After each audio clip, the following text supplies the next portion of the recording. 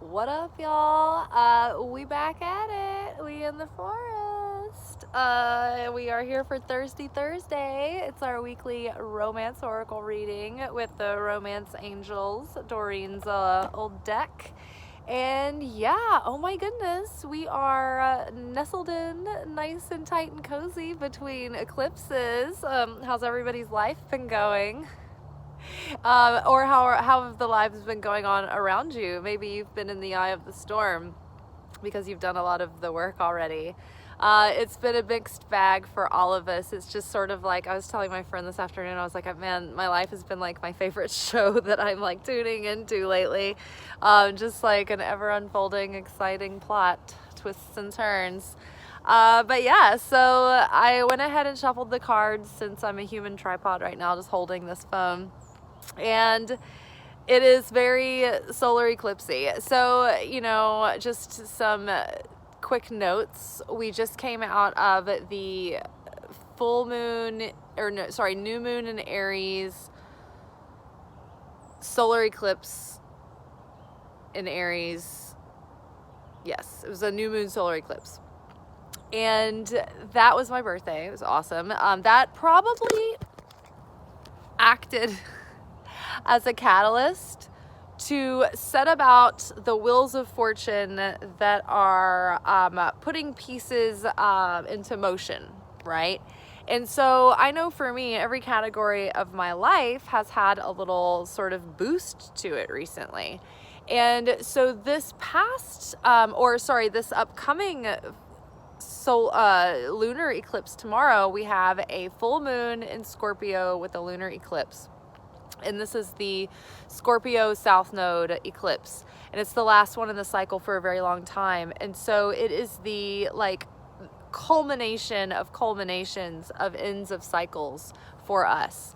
And particularly where it has to do with the Venus themes of our life, how we value love and money, and what we really value about our living situation and our home life and our security, and what we feel beautifies our life and deepens it and gives us a sense of love and abundance and richness and sensuality and pleasure, but also long-term stability and sustaining kinds of fulfillment.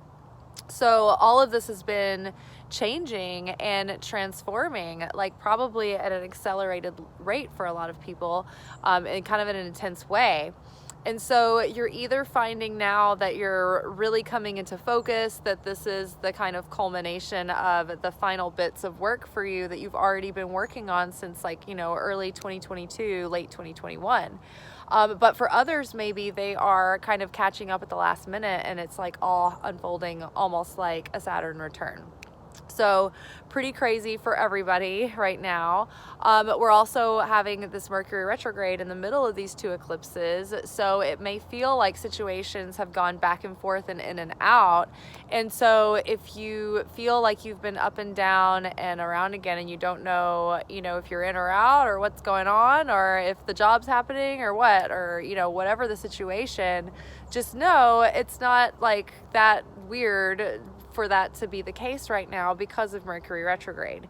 I kind of anticipated all of that, so I really braced myself and hunkered down through these eclipses and through the Mercury retrograde. And we're also in the time of the Omer, which is the time after Passover. During Passover, we receive all of this light from the Creator, and it's like a surge of energy. And the Omer is the 7 weeks that follows, where we ground down all of the light that we have received in an earning process of what's called building the vessel.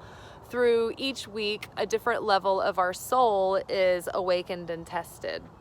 So all of this always happens at the same time because all of the Hebrew holidays line up with the astrology.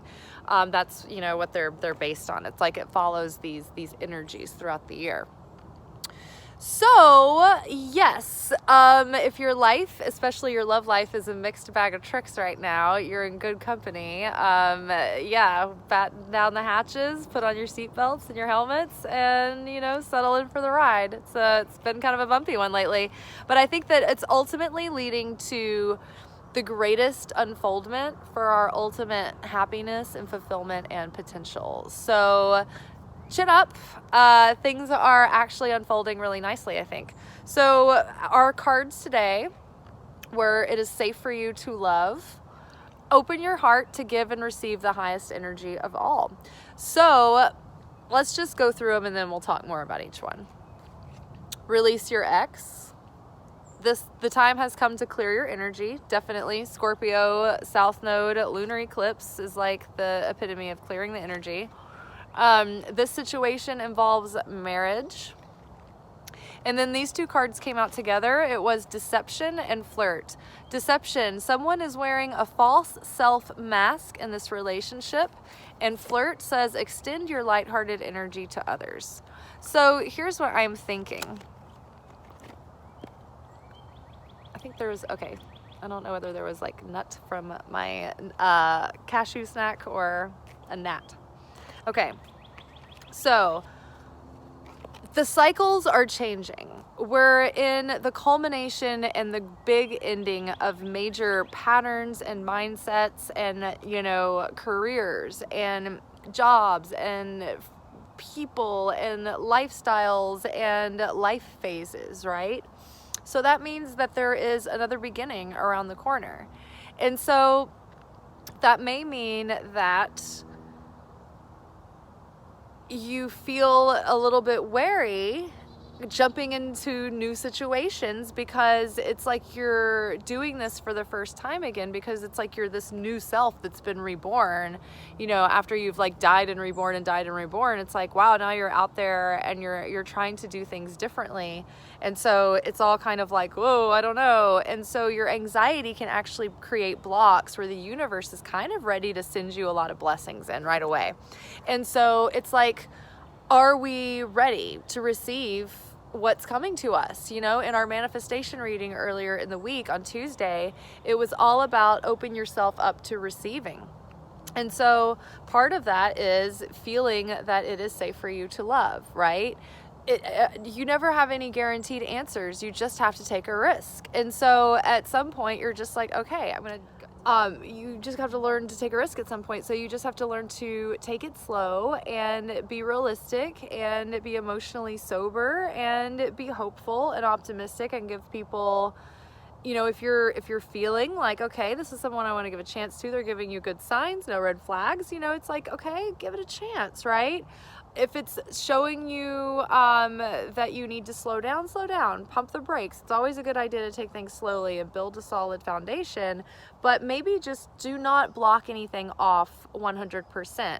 Allow it to come in slowly in stages. If it feels right, then don't block it away. Don't shy away just because you feel that like you're worried that it's not exactly the right time or the right thing. It's like the universe is making moves right now for a reason.